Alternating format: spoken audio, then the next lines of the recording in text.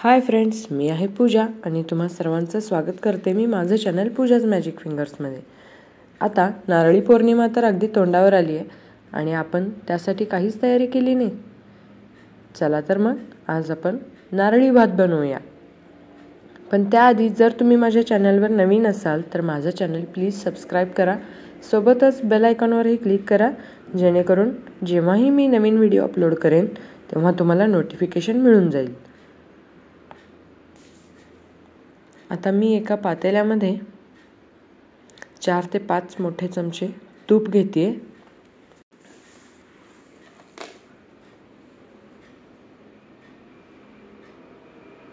हे तूप गरम झाल्यानंतर आपण यामध्ये 1 दालचिनी, 4 लवंग आणि 4 वेलची घालणार आहोत.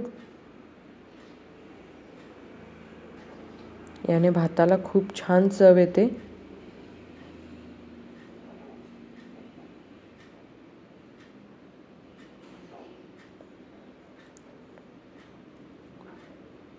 हे व्यवस्थित फ्राय झाल्यानंतर आपण इथे 1 कप बासमती तांदूळ घ्यायचा आहे.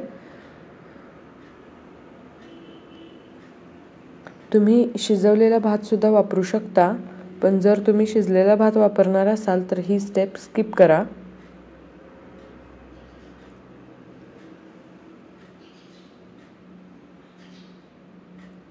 अगदी व्यवस्थित आपण हा तांदूळ फ्राय करून घ्यायचा आहे तुपामध्ये.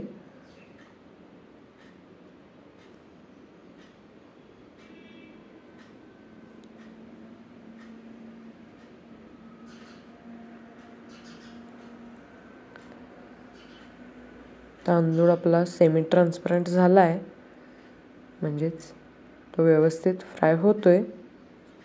आता आपण यात अर्धा कप खोवलेला नारळ घालतोय.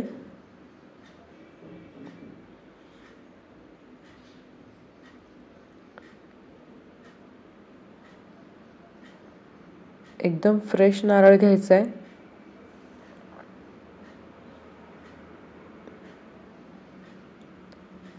आणि हे नारळ आणि तांदळाचं मिश्रण आपल्याला खमंग वास येईपर्यंत भाजायचं आहे. व्यवस्थित भाजून झाल्यानंतर यात मी पाऊण कप साखर घालते.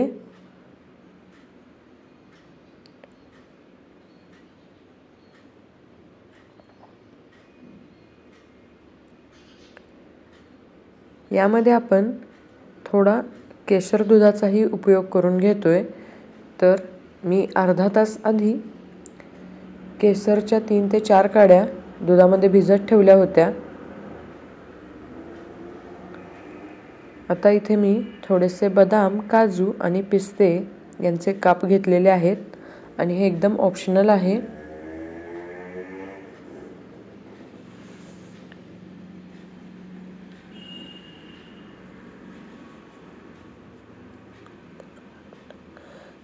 आता यामध्ये मी हे केशर दूध घातले.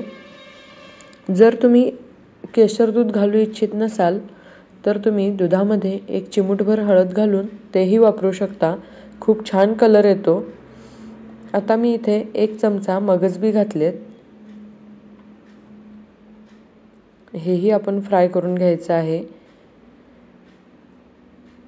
अगदी किंचित पाव चमच्यापेक्षाही थोडंसं कमी मीठ घातलेलं आहे.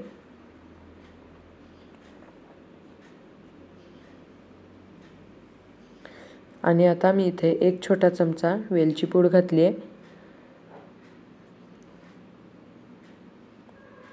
हे सगळं मिश्रण व्यवस्थित एकत्र करून झालं की आता आपण यात 3 कप गरम पाणी घालतोय. 1 कप तांदळासाठी मी 3 कप पाणी घेतलंय, कारण आपण यात खोबरं सुद्धा घातलेलं आहे. आणि भात एकदम मऊसर शिजण्यासाठी 3 कप पाणी आपल्याला वापरायला लागेल. आता या भाताला आपण 10 मिनिटं मोठ्या आचेवर शिजवायचं आहे आणि त्यानंतर 5 मिनिटं लो फ्लेमवर ठेवायचं आहे. झाकण लावून मस्त उकळी येते भाताला आणि वास तर खूपच खमंग येतोय.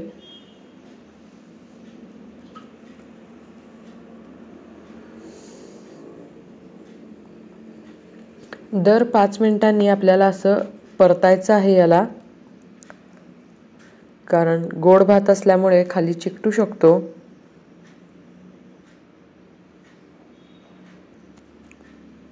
तर असं दर 5 मिनिटांनी आपल्याला थोडं थोडं परतून घ्यायचं आहे.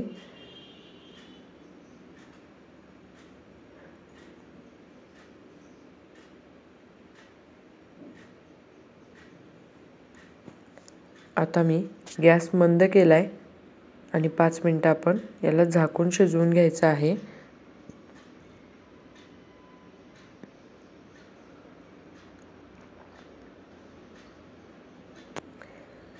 एकूण 15 मिनिटं हा भात शिजलाय. तर आता आपण हा व्यवस्थित शिजलाय की नाही ते बघूया. भात व्यवस्थित शिजलेला आहे.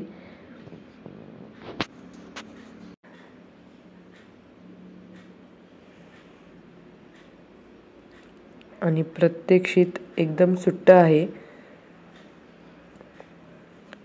आणि वास तर खूपच मस्त येतोय. तर हा नारळी भात खाण्यासाठी एकदम तयार आहे. ही रेसिपी तुम्हाला कशी वाटली हे नक्की कमेंट करून सांगा. आणि याला सजवण्यासाठी मी गुलाबाच्या पाकळ्यांचा वापर केलाय. खूपच सुंदर मस्त चविष्ट भात तयार आहे. पुन्हा भेटू नवीन व्हिडिओमध्ये. तोपर्यंत बाय. व्हिडिओ पूर्ण बघितल्याबद्दल धन्यवाद.